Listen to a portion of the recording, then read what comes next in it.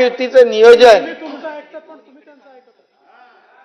तुमच्यामध्ये काय झालं देवेंद्रजी, इकडे काय झालं, आपण महायुतीचं गणित नीट केलं बरोबर.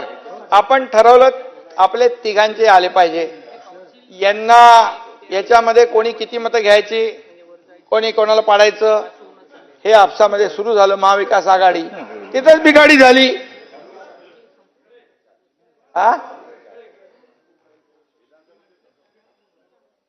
अरे आता काय आहे, आता लाडकी बहीण ही आपली लाडका भाऊ, आता लाडका भाऊ योजना काढा म्हणाला कोणीतरी. अरे सख्या भावाला कधी जवळ केलं नाही, आता ते म्हणाले लाडका भाऊ काढा. लाडका भाऊ पण आम्ही काढला विजयराव. 10,000 पर्यंत सुशिक्षित बेरोजगाराला अप्रेंटिसशिप देणार दर महिन्याला. डिप्लोमा होल्डरला 8,000 आणि वर्षाला 10 लाख. जे बेरोजगार लोक आहेत त्यांना दर महिन्याला स्टायपेंड देण्याचा ऐतिहासिक निर्णय आमच्या सरकारने घेतलेला आहे. त्यामुळे आता या विकेट अशा तुमच्या जातच जाणार. आणि म्हणून मी आपल्याला एकच सांगतो, तुम्ही मगाशी म्हणाला सुडाचं राजकारण.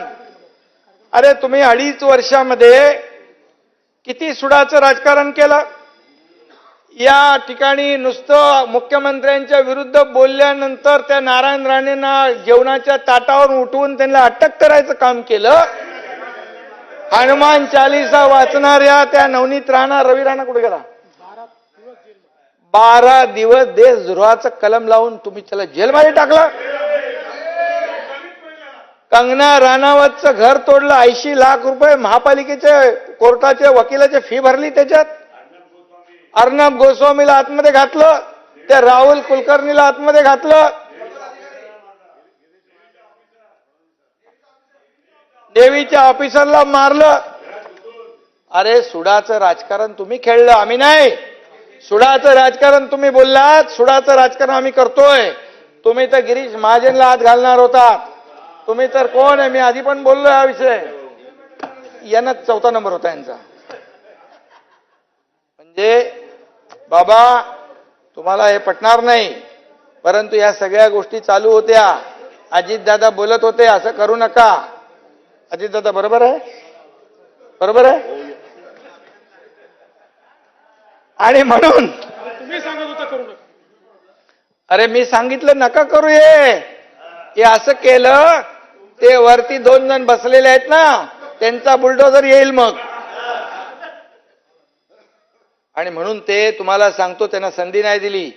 मला माहित पडलं आता यांचा गेम माझ्या सकट सगळ्यांना अडचणीत आणायचा आहे. आणि मग याच दिवशी 2 वर्षापूर्वी आम्ही धाडशी निर्णय घेतला. सत्तेवर लात मारून पाय उतार झालो आम्ही. इतिहास घडवला. त्याला हिम्मत लागते विजयराव. अरे सरकारमधून बाहेर पडायला हिम्मत लागते. ती हिम्मत आम्ही दाखवली आणि जनतेच्या मनातलं सरकार आम्ही आणलं. खऱ्या अर्थाने लोकांचं मॅन्डेट जेला होतं ते सरकार आम्ही आणलं. आणि 2